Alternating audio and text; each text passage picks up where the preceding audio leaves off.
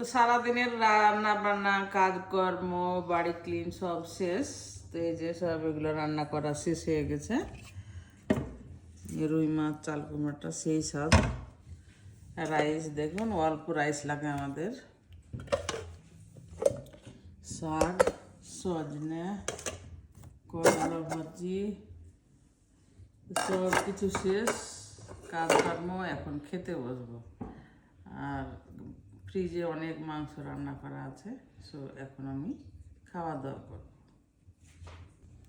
Good morning, আসসালামু আলাইকুম বন্ধুরা, সবাই কেমন আছো? তো আমি এখন এই ভেজিটেবলগুলো কাটা শুরু করব। যেহেতু সানডে রান্না বান্না করব, বাড়িঘর গোছাবো, ক্লিন করব, সব কিছু নিয়ে দিনটা ব্যস্ততার মধ্যে কেটে যাবে। যেহেতু কালকে থেকে আবার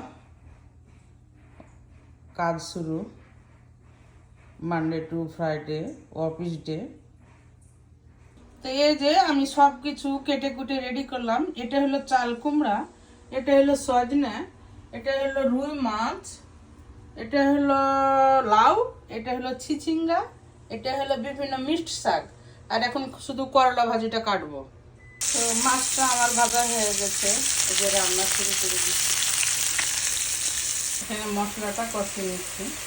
আর এখানে চাল কুমড়াটা একটু ভেজে নিলাম, একদম কষছি তো ভাজতেই নিতে ভুলে যাচ্ছে। মাছগুলো ভাজা হয়ে গেছে। এখন চাল কুমড়া দিয়ে রুই মাছ যে কি মজা হয়েছে, একদম গাছের ফ্রেশ। আর এখন আমি জিরের গুঁড়াটা ছিটিয়ে দিলাম, ভাজা জিরের গুঁড়াটা ছিটিয়ে দিলে একদম সেই স্বাদ হবে। আলহামদুলিল্লাহ আমার ডান। আর এখানে রুই মাছের বড় মাথাটা দিয়ে আমি লাউটা দিয়ে একটু ঘন্ট টাইপের করবো। তো আমার এই তরকারিটাও হয়ে গেছে।